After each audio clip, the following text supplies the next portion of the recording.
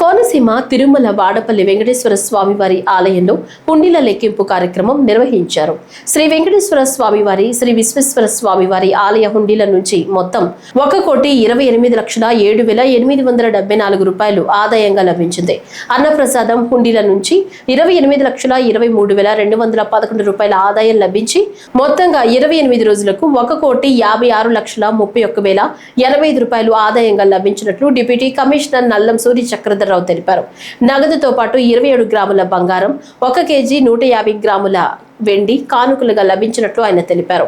మొత్తం 10 దేశాలకు చెందిన 43 విదేశీ కరెన్సీ నోట్లు సైతం లభించినట్లు తెలిపారు. మండలం వాడపల్లి గ్రామంలో వేయించేస్తున్న స్వయంభూ వెంకటేశ్వర స్వామి ఆలయంలో ఈ రోజున 28 రోజులకు గాను హుండీలు తెరవక మెయిన్ హుండీ విశ్వేశ్వర స్వామి వారి దేవస్థానం కలిపి 1,28,07,874 రూపాయలు, అన్నదానం హుండీ ద్వారా 28,23,211 వరిసి మొత్తం 1,56,31,185 రూపాయలు మరి కరెన్సీగా రావడం జరిగింది. అలాగే బంగారం 27 గ్రాములు, వెండి 1 కేజీ 150 గ్రాములు రావడం జరిగింది. మరియు 10 విదేశాల నుంచి 43 విదేశీ కరెన్సీ నోట్లు కూడా రావడం జరిగింది. ఈ కార్యక్రమంలో Antarvedi assistant commissioner MKTVN Prasad గారు మరియు STP శ్రీనివాస్ తనిఖీదారు రాజమండ్రి, ఎం సత్యనారాయణ ఈవో గ్రూప్ దేవాలయం వెల్చేరు వారు, మరి అర్చక స్వాములు, వేద పండితులు, గ్రామస్తులు, పత్రికా విలేకరులు, సేవకులు, అలాగే కెనరా బ్యాంక్ రావులపాలెం దేవస్థానం వారు కూడా